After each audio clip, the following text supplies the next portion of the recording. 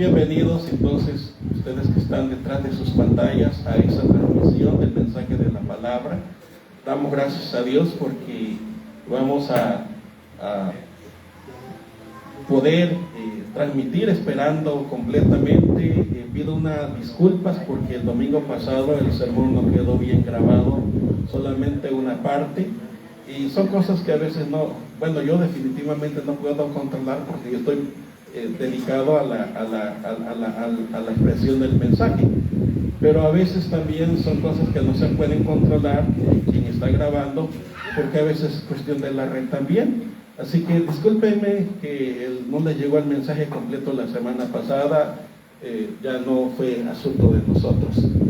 Esperemos que esta vez sí les llegue completo. Gracias por su paciencia, gracias por sus comentarios y gracias por seguir escuchando a su servidor. Primera a Tesalonicenses capítulo 1, versículos 1 al 7, que dicen así: Pablo, Silvano y Timoteo, a la iglesia de los tesalonicenses, en Dios Padre y en el Señor Jesucristo, gracia y paz sean a vosotros, de Dios nuestro Padre y del Señor Jesucristo. Damos siempre gracias a Dios por todos vosotros, haciendo memoria de vosotros en nuestras oraciones, acordándonos sin cesar delante del Dios y Padre nuestro de la obra de vuestra fe, del trabajo de vuestro amor y de vuestra constancia en la esperanza en nuestro Señor Jesucristo. Porque conocemos, hermanos amados de Dios, vuestra elección, pues nuestro evangelio no llegó a vosotros en palabras solamente, sino también en poder, en el Espíritu Santo y en plena certidumbre, como bien sabéis cuáles fuimos entre vosotros por amor de vosotros. Y vosotros vinisteis a ser imitadores de nosotros y del Señor, recibiendo la palabra en medio de gran tribulación, con gozo del Espíritu Santo, de tal manera que habéis sido ejemplo a todos los de Macedonia y de Acaya que han creído. El versículo 7 nos da la razón para compartirles mensajes sobre esta epístola, sobre la vivencia de la iglesia de Tesalónica, sobre los consejos que recibió y cómo había gratitud en los corazones de los creyentes, devoción a Dios en esos corazones, obediencia a la palabra de Dios en esos creyentes y entrega con gozo a pesar de las dificultades que pudieran vivir, fueran cuales fueran, pero saltan a la vista que una de las grandes dificultades que enfrentaron era la oposición de todos los demás a la fe que estaban recibiendo. En efecto, mis amados hermanos, esta iglesia, dice Pablo en su escrito, que vino a ser ejemplo a todas las iglesias de alrededor. ¿Por qué no juntos aprendemos de ese ejemplo? ¿Por qué no juntos tomamos esos ejemplos, los ponemos en práctica para que la iglesia Betania sea levantada? Porque no somos la misma iglesia después de la pandemia. Éramos muchos más antes de la pandemia. Somos menos ahora. Pero no es el final, ni son los anuncios del final de la iglesia. Vamos a tomar estos ejemplos para nuestra enseñanza, para que los imitemos, para que los pongamos por obra y sintamos ese gozo, esa alegría, esa devoción por Dios, esa fortaleza en fe, a pesar de las críticas, a pesar de los señalamientos, a pesar de los desprecios que pudieran hacernos también a nosotros. Y les decía hace un rato, ahora entiendo por qué Dios puso en mi corazón. Dice, vino a ser ejemplo. Pues hermanos, tomemos ese buen ejemplo. Practiquemos esos consejos que recibió. Obedezcamos esa palabra. Y seamos como ellos que dicen que con gozo recibieron esta palabra como palabra de Dios en medio de las adversidades que ellos vivían. Les pido perdón por los accesos de tos, pero son cosas que no puedo controlar.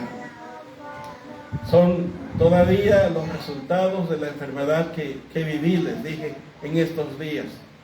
Mas gracias a Dios que podemos estar entre ustedes para compartir ejemplos de esta iglesia de Tesalónica. Antes de meternos al primer ejemplo de ellos, que está en el versículo 1, quisiera darles una pequeña información de esta gente.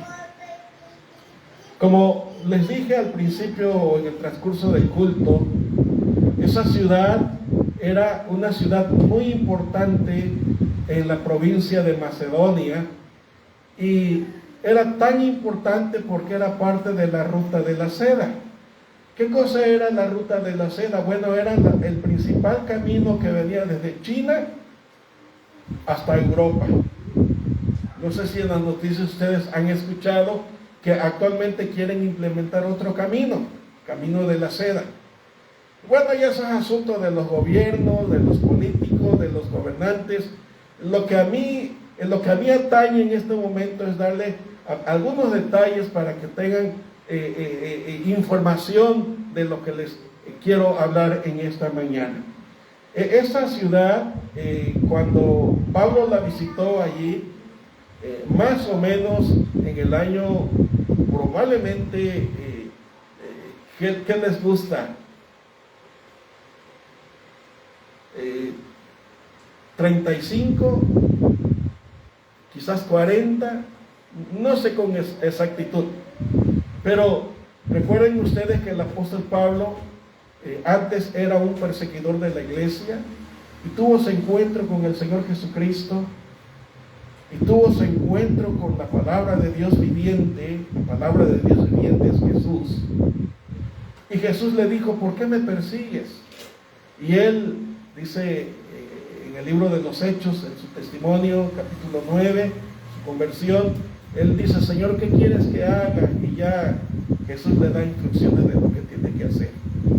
Y de lo que tenía que hacer era anunciar el evangelio hasta donde el Señor le llevara. Y esa ciudad, al ser una ciudad de la ruta de la seda, era una ciudad cosmopolita, es decir, venía gente de cualquier parte del Imperio Romano, algunos a establecerse allí como negociantes, otros para establecerse allí como residentes, y otros sencillamente porque ahí nacieron y ahí se tenían que estar. Pero era una ciudad tan importante que era capital de la provincia de Macedonia, y además, al ser parte de la ruta de la seda, así que tenía esa ciudad mucho movimiento, muchos turistas, muchos visitantes, si me permiten usar esta expresión. Pero al ser una ciudad tan importante y tan grande también, pues llegó a ser una ciudad cuna de la idolatría también de su época. Esa ciudad fue fundada por uno de los generales de Alejandro el Grande. Cuando Alejandro el Grande falleció, sus generales se repartieron el imperio griego, antes del imperio romano. Estoy hablando por ahí del año 350, 400 antes de Cristo. Y la ciudad fue llamada con el nombre de la esposa de su general. Y el nombre de la esposa de ese general era la hermana de Alejandro, y se llamaba Tesalónique. Así se llamaba la mujer, Tesalónique. Que quiere decir más o menos como fervorosa, describiendo a la esposa del general. Y por eso le pusieron así la ciudad, porque llegó a ser una ciudad muy importante. Pero obviamente creció en su pecaminosidad, en su rebeldía, en su idolatría, de tal manera que cuando Pablo llega, unos 400 años después de que fue fundada, a esa ciudad, encuentra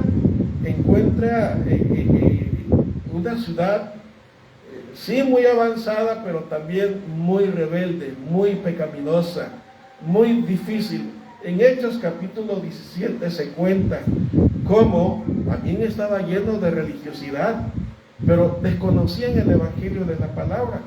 Y Pablo llegó allí huyendo de Filipos, a donde había sido encarcelado,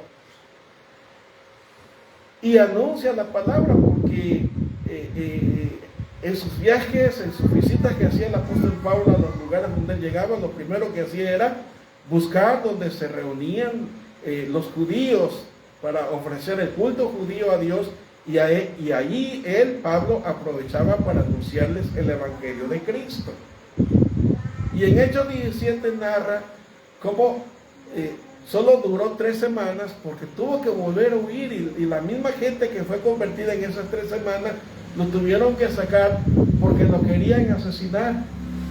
Efectivamente, a Pablo y a sus compañeros eran Silas, o el mismo Silvano, que a veces se lee en otras porciones, y Timoteo.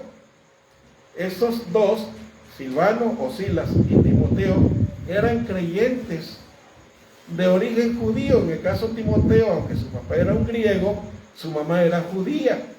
Y por sus epístolas a Timoteo sabemos que fue criado en el temor de Dios el joven. Entonces, cuando Pablo llega a donde vivía Timoteo, una ciudad llamada Listra, él lo toma y le dice: acompáñame. Y desde entonces Timoteo se convierte en un discípulo de Pablo, en un joven predicador, y lo acompaña a los diferentes lugares. Y cuando llegaron ahí a Tesalónica,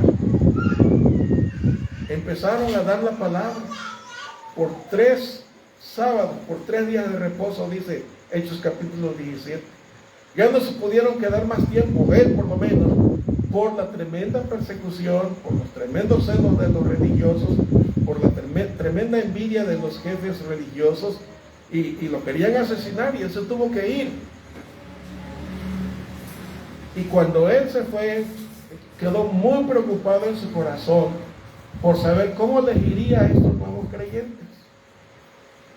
Miren, los pastores podemos tener todos los defectos que nos puedan acusar y ver. Hay algunas gentes que se dedican a ver qué pecados o qué defectos tenemos, o cómo nos equivocamos para juzgarnos y criticarnos. Otros nos escuchan para oír la palabra, otros nos escuchan para juzgarnos y señalarnos, otros nos escuchan por curiosidad. Como le dije, los pastores podemos tener todos los defectos que pudieran encontrarnos. Somos hombres y mujeres los que nos dedicamos al ministerio del servicio a Dios, como cualquier persona, con virtudes y con defectos. Pero cualquier pastor honesto, deseoso de agradar a Dios, deseoso de obedecer a Dios y deseoso de dar la palabra, en su corazón siempre habrá la preocupación por sus ovejas, de cómo están, cómo les va, cómo van viviendo la vida. Y la mayor preocupación en el corazón pastoral es que los creyentes crezcan en la fe, que sean creyentes que obedecen la palabra de Dios, que sean creyentes que sigan el ejemplo de nuestro Señor Jesucristo, que sean creyentes que estén dispuestos a honrar a Dios y ser fieles a Dios, aunque vivan las circunstancias difíciles que tengan que vivir. He estado en muchos funerales, y en algunos de esos funerales he dicho que la mejor paga que podemos tener los pastores es ver cómo los corazones de nuestras ovejas o de nuestros feligreses se dedican a obedecer a Dios, se dedican a ser nuevas personas. Perdón.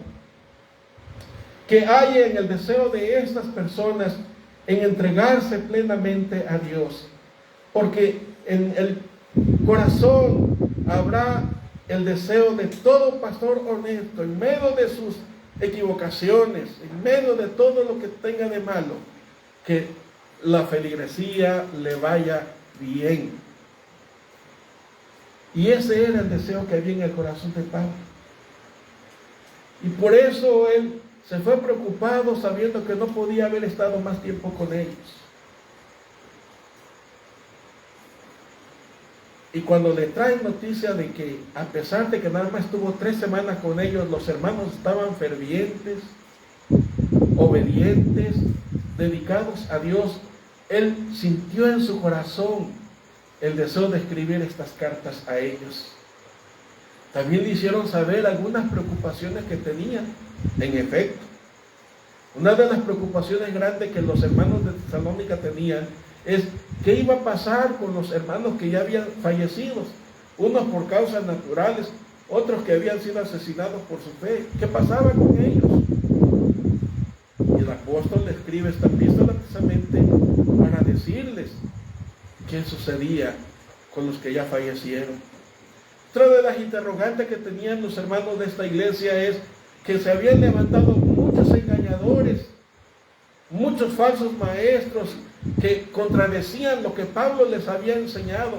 Y entonces él escribe la segunda epístola para hacerles ver el destino de esa gente que eran embaucadores. Justamente lo que sucede hoy día, hermanos. ¿Cuánta gente disfrazándose de ministros, disfrazándose de predicadores, disfrazándose inclusive de pastores o de siervos de Dios, están enseñando cosas que no están en la palabra, están enseñando doctrinas que no enseñan la Sagrada Escritura, están enseñando costumbres que no están en la Biblia, están enseñando prácticas que no aconseja la Biblia. Por ejemplo, no sé cuántos de ustedes ven en las redes sociales que pululan también videos acerca de pastores que se disfrazan de Superman, de Batman. ¿Cuántas pastoras se disfrazan de X o Y? Porque están tratando de llamar la atención de la gente, están tratando de llamar la atención de los oyentes. ¿En cuántas iglesias están practicando cosas que no están en la palabra? Y aunque no eran las mismas cosas que se practicaban en aquella época, se levantaron falsos maestros también para distorsionar la palabra, para engañar a la gente. Y entonces la pregunta de los hermanos de Tesalónica es, ¿qué está pasando? ¿Qué sucede? ¿Por qué muchos están enseñando así? Y Pablo les escribe estas 2 cartas con esa intención de aconsejarles, de enseñarles, de instruirles, para que supieran comportarse, como leímos en el capítulo 2, como es digno del Evangelio, comportarse dignamente como creyentes, como hijos de Dios. Y Pablo reconoce en esta epístola que ellos, la iglesia de Tesalónica, a pesar de que son una iglesia apenas de 1 año de existencia, se convirtieron en un ejemplo a toda la provincia donde ellos estaban en Macedonia, y luego también al otro lado, hasta Acaya. En 1 Corintios encontramos, y 2 Corintios encontramos, que esas iglesias tomaron el ejemplo de la iglesia de Tesalónica en todos los sentidos. No solamente eran obedientes y tiernos delante de Dios, sino que también se hicieron creyentes responsables de la situación del apóstol Pablo estando en la cárcel. Eran estas iglesias que levantaban ofrendas para que al apóstol Pablo no le faltara alimento.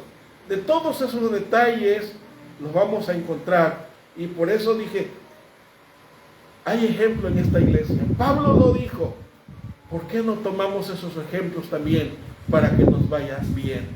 Les presento el primer ejemplo en esta mañana. Versículo 1. ¿Listos? Pablo, Silvano y Timoteo. Los 3 que llegaron a estar esas 3 semanas. Y luego Silvano y Timoteo se quedaron ahí un rato. Y cuando vinieron y les trajeron las inquietudes que ya les mencioné, Pablo les escribe esta carta. Entonces ellos, ahí los remitentes, dice a la iglesia de los tesalonicenses, en Dios Padre y en el Señor Jesucristo. ¿Cuál es el primer ejemplo? Y ese es el corazón del mensaje de esta mañana. Ya voy a la mitad casi después de dar la primera información. Estar en Dios Padre y en el Señor Jesucristo es la única manera de estar en la auténtica iglesia de Dios. No sé cuántos de ustedes han oído a X o Y predicador que anuncian: esta es la verdadera iglesia. No, mi iglesia es la auténtica. No, mi iglesia es la única. Inclusive hace muchos años pusieron una pancarta allá en la cancha al lado del mercado, aquí en la ciudad. Y esa pancarta decía: esta es la única y auténtica iglesia. Y decían el nombre de la iglesia. Yo no quiero ser crítico, ni juez, ni señalar, ni nada. Pero todo eso no es más que el resultado de la pura pretensión personal. Todo eso no es más que el resultado de la expresión pecaminosa del corazón, hermanos. Porque la Biblia nos señala con toda claridad cuál es la auténtica iglesia de Dios. La que está en Dios Padre y en el Señor Jesucristo. Y la razón por la cual la iglesia de Tesalónica se volvió un ejemplo, según el versículo 7 de Primera Tesalonicenses, es porque era una iglesia en Dios Padre y el Señor Jesucristo. Cuando una iglesia se fundamenta en los principios de una teología de un hombre, posiblemente ya no es la iglesia en Dios Padre y en el Señor Jesucristo. Cuando una iglesia se fundamenta en una serie de reglamentos impuestos por el hombre, ya no es una iglesia en Dios Padre y en el Señor Jesucristo. Yo no estoy diciendo que no debe de haber algunos signos de reglamentos en una comunión. Yo no estoy diciendo eso. Lo que yo estoy diciendo es que para estar en la iglesia de Dios, en la auténtica iglesia de Dios, hay que permanecer en Dios Padre y en el Señor Jesucristo. Y a la luz de las Sagradas Escrituras, amados hermanos, no tenemos más escritos sagrados más que la Santa Biblia, la ley de Dios, la palabra de Dios. No tenemos ritos religiosos fuera de las Escrituras. Por eso en este lugar hemos hecho el énfasis que la manera de estar en Dios Padre y en el Señor Jesucristo es, en primer lugar, oír lo que dice su voz, oír lo que dice la palabra.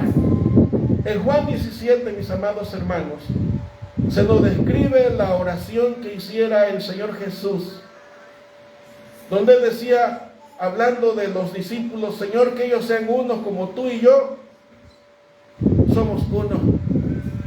Una iglesia que vive en pleitos, en camorras, en disensiones, en dimes y diretes, en críticas, donde se hablan de los demás, no es una iglesia en Dios Padre y en el Señor Jesucristo.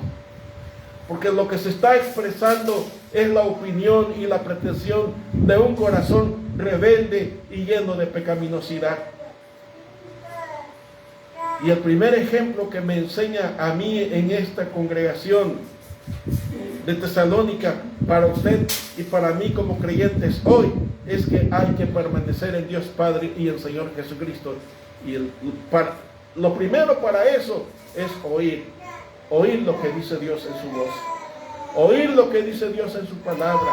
¿Qué instrucciones nos da el Señor? ¿Qué son sus mandamientos?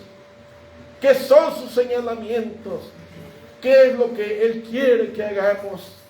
Pero cuando usted y yo estamos inmersos en nuestros propios pensamientos, cuando usted y yo estamos inmersos en nuestra propia sabiduría, es muy fácil que hagamos a un lado los consejos de Dios para establecer nuestra manera de creer. Así mucha gente dice: yo creo en Dios, pero a mi manera. Yo sigo a Dios, pero a mi manera. Yo busco a Dios, pero a mi manera, mi forma de entender. Así no es, hermanos. El camino es oír lo que tiene que decirnos Dios. Pero no solamente oír, sino obedecer y creer. Miren, ya leímos en el capítulo 2, cuando en esas 3 semanas que Pablo llegó con ellos, él les habló la palabra. Es más, vamos a ir a Hechos capítulo 17. Hechos 17.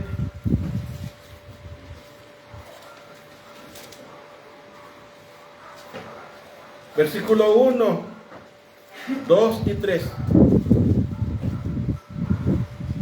El versículo 1 se describe su camino hacia Tesalónica. Pasando por Anfípolis y Apolonia, dice, llegaron ¿a dónde? ¿Qué había en Tesalónica? Dice, había una sinagoga de los judíos. Había un pequeño templo donde se congregaban judíos fieles a Dios. Y él llegó allí. Y Pablo, dice el versículo 2, como acostumbraba, fue a ellos. ¿Por cuánto tiempo? Es decir, unas 3 semanas, ¿no? 3 sábados. El día de reposo es un sábado. Por 3 sábados. Hablamos de 3 semanas. Discutió con ellos. ¿Qué discutía? Les declaraba y les exponía por medio de ¿qué, hermanos? Las Escrituras. Pablo no estaba hablando de religión, y él era experto en religión, era fariseo de fariseos, dijo él. Era doctor en la ley. Pablo no estaba argumentando filosóficamente, ya lo vimos en el capítulo 2. Él no llegó a los de Tesalónica para hablarles de su conocimiento amplio, ni para hablar de la filosofía que pululaba en la ciudad. Dice que su centro neural de su plática con ellos era las Sagradas Escrituras. ¿Y qué es lo que enfatizaba?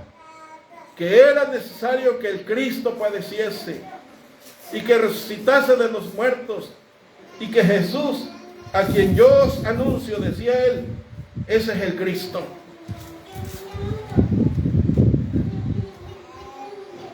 Pablo no procuraba ganarles en pensamiento o en argumentos con quienes hablaba. Él anunciaba que Jesús es el Hijo de Dios. Él anunciaba que Jesús es el Salvador. Él anunciaba que en Cristo hay perdón de pecados. Y los versículos siguientes dicen que algunos creyeron. Y esos algunos que creyeron en la palabra del Evangelio, según 1 Tesalonicenses capítulo 2, dice que recibieron la palabra con gozo como palabra de Dios.